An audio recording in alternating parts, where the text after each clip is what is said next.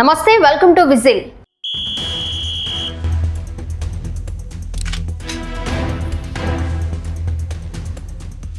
అధికారంలో ఉన్నప్పుడు అంతా మంచే, పదవి ఇవ్వకపోతే మాత్రం ఏం చేసినా తప్పే. ఇదే ఇప్పుడు రాజకీయం. పదవిలో ఉన్నప్పుడు ఒక మాట, పదవి ఇవ్వకపోతే ఒక మాట మాట్లాడడం రాజకీయ నేతలకు పరిపాటిగా మారింది. పైకి మాత్రం రాజకీయాల నుంచి స్వచ్ఛందంగా విరమణ తీసుకుంటున్నట్లు ప్రకటన.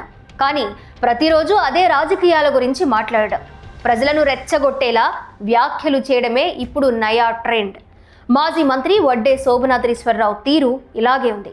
రాజకీయాల నుంచి విరమించుకుంటున్నా అని ప్రకటించిన 20 ఏళ్ల తరువాత ఇప్పుడు అదే రాజకీయాల గురించి మాట్లాడుతున్నారు ఆయన. ప్రస్తుతం చంద్రబాబు ప్రభుత్వం ఏ నిర్ణయం తీసుకున్నా సరే దానిని తప్పు అంటున్నారు ఈ మాజీ మంత్రివర్యులు. తెలుగుదేశం పార్టీ తరపున మైలవరం శాసనసభ్యునిగా 1999 ఎన్నికల్లో గెలిచిన వడ్డే శోభనాద్రీశ్వరరావు 5 ఏళ్ల పాటు చంద్రబాబు ప్రభుత్వంలో కీలకమైన వ్యవసాయ శాఖ మంత్రిగా పనిచేశారు. ఆ తరువాత వయోభారం కారణంగా రాజకీయాల నుంచి స్వచ్ఛంద విరమణ తీసుకుంటున్నట్లు ప్రకటించారు. ఆ తరువాత సొంత వ్యాపారాలపైనే దృష్టి పెట్టారు. 2004 నుంచి ఎలాంటి రాజకీయ విమర్శలు చేయలేదు. నాటి వైఎస్ ప్రభుత్వం పైన, కాంగ్రెస్ సర్కార్ పైన కూడా వడ్డే ఎలాంటి వ్యాఖ్యలు చేయలేదు. 1000 ఎకరాల భూములను వైఎస్ రాజశేఖర్ రెడ్డి కార్పొరేట్ సంస్థలకు దారాదత్తం చేస్తే నోరెత్తలేదు. సాక్షిలో పెట్టుబడులు పెట్టిన వారికి ఆయాచిత లబ్ధి కలిగించినప్పుడు వడ్డే పల్లెత్తి మాట అనలేదు.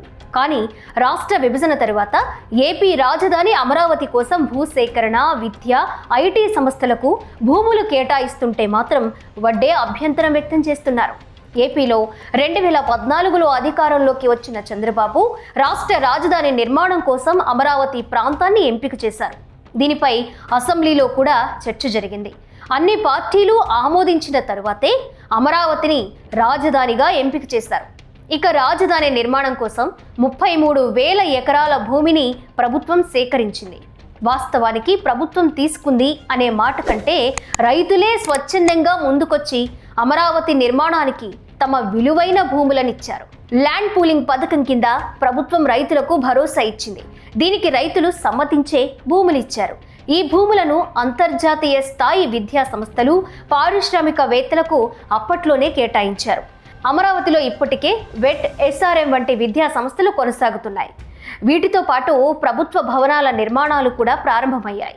అధికారుల నివాసాలు, సిఆర్డీఏ భవన నిర్మాణం తుది దశకు చేరుకుంది.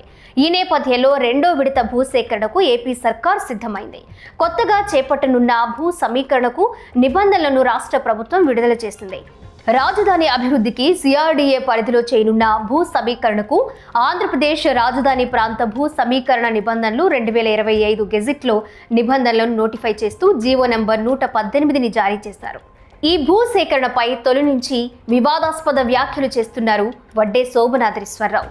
పరిశ్రమలకు భూములు ఇవ్వాలనే తాపత్రయం తప్ప చంద్రబాబుకు రైతుల గురించి ఆలోచన లేదంటూ మండిపడ్డారు. చంద్రబాబు రైతుల గురించి ఆలోచన చేయాలంటూ వ్యాఖ్యానించారు. ఇదే సమయంలో ప్రభుత్వం చేయని చర్యలను కూడా చేసినట్లుగా చెప్తూ ప్రజలకు తప్పుడు సంకేతాలు ఇస్తున్నారు. అమరావతి రైల్వే స్టేషన్కు 1500 ఎకరాలు కేటాయిస్తున్నట్లు ప్రభుత్వం చెప్పిందని, ఇది ఎక్కడైనా చూశామా అని ప్రశ్నించారు. వాస్తవానికి అమరావతి రైల్వే స్టేషన్ను 1500 ఎకరాల్లో అభివృద్ధి చేస్తామనే మాట ప్రభుత్వం ఎప్పుడూ చెప్పలేదు. కానీ వడ్డే మాత్రం రైల్వే స్టేషన్కు ఇంత భూమి ఎందుకు అని నిలదీస్తున్నారు. 1500 ఎకరాల్లో రైల్వే స్టేషన్ నిర్మిస్తామని ఎవరైనా అంటే చెప్పుతో కొట్టాలంటూ వడ్డే శోభనాద్రీశ్వరరావు వివాదాస్పద వ్యాఖ్యలు చేశారు. ఇక విజయవాడలో ఏపీఎస్ఆర్టీసీకి చెందిన 4.15 ఎకరాల స్థలాన్ని లులు మాల్కు ఇవ్వడం అన్యాయమన్నారు వడ్డే. లులు సంస్థకు స్థలం దారాదత్తం చేయడం వెనుక అవినీతి ఉందన్న శోభనాద్రీశ్వరరావు చంద్రబాబు తన పద్ధతులను మార్చుకోవాలన్నారు. చంద్రబాబు తీరు అత్త సొమ్ము అల్లుడు దానం చేసినట్లుగా ఉందంటూ వివాదాస్పద వ్యాఖ్యలు చేసిన వడ్డే, అత్త సొమ్ము అల్లుడు దానం చేసినట్టు ఈ రోజున రాష్ట్రంలో 100 కోట్ల విలువైనటువంటి సంపదని కారు చౌకగా వాడు కావాలనుకున్నాడు కట్టబెట్టేస్తూ ఉండే పరిస్థితి జరుగుతూ ఉంది ఈ రాష్ట్రంలో. చాలా బాధేస్తూ ఉంది. లులు అనేటటువంటి సంస్థకి 13 ఎకరాల 74 సెంట్లు స్థలం అక్కడ మార్కెట్ విలువ ఎంత ఉందో తెలుసా అండి? గజం 30,000. రిజిస్ట్రార్ ఆఫీసులో విలువ కూడా ఎకరం దాదాపు 15 కోట్లు బాబు. అటువంటి భూమిని కారు చౌకగా కట్టబెట్టేయటమే కాదు, అది సిఆర్జెడ్ పరిధిలో ఉంది, కోస్టల్ రెగ్యులేటరీ జోన్ పరిధిలో ఉంది. దాంట్లో నిర్మాణాలు చేయడానికి వీల్లేదు.